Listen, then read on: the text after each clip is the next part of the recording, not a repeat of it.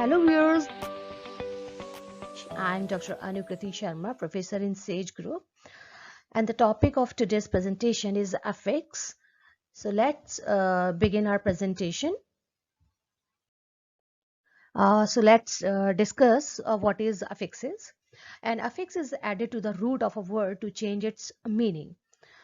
An affix added to the front of a word to change its meaning is known as a prefix, and they always give negative sense or meaning.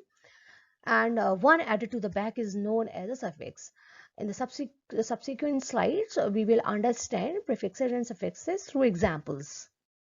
So here are some examples of affixes. Here you can see impossible, XY, president, learning, and fashionable. And in these words, you can see highlighted words are prefix and suffix.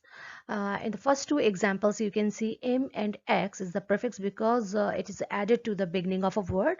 And in the last two examples, learning and fashionable, you can see ing and able is a suffix because it is added to the end of a word. So these are some examples of affixes.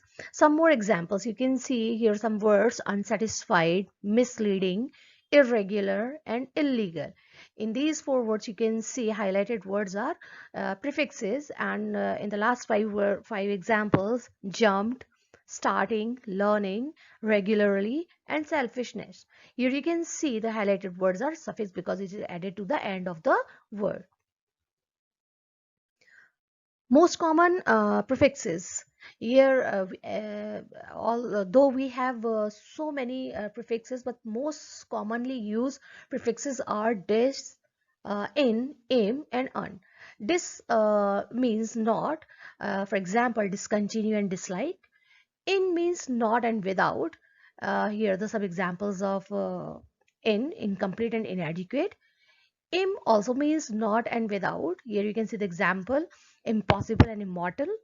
Un means not. Here you can see the example of unauthorized and unimportant. Most common prefixes are, and here we will discuss most common suffixes, and the most common suffixes are ed, ing, ly, and es. Ed shows past tense, for example, danced and jumped.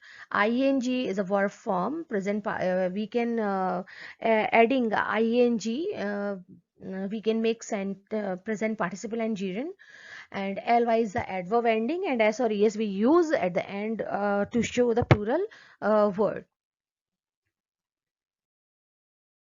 Some facts about affixes we should care, or we can say there are some good reasons to know about affixes.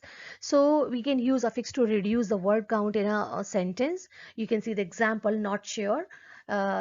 These are two words, but in instead of not sure we use unsure, we are reducing the word count. The second example is check again. Instead of check again, we can use recheck. So we can use affix to reduce the word count. Second reason is we can break down the long words to learn the spelling. Here you can see the example: uh, pseudo hypoparathyroidism. It is difficult to read, but when we break long words, it is easy to pronunciate that word. It is easy to learn the spelling. So Uh, another reason to use affix, we can break down the long words to comprehend their meaning. Here you can see the example: unmanageable. Un is prefix, manage is root word, and able is the suffix. So if we break down the word, we can comprehend their meaning very easily. Breaking words into syllables also helps you remember the silent letters S in the word. Let's look at some examples. Handsome, Wednesday, sandwich. Here you can notice silent D in the above mentioned word.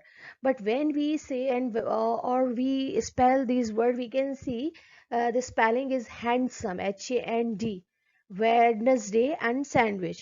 So breaking down into syllables also helps you remember the silent letters also.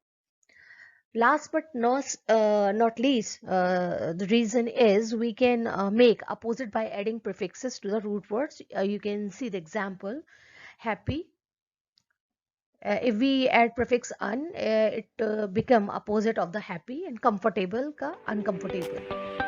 So viewers, thank you so much for watching this video.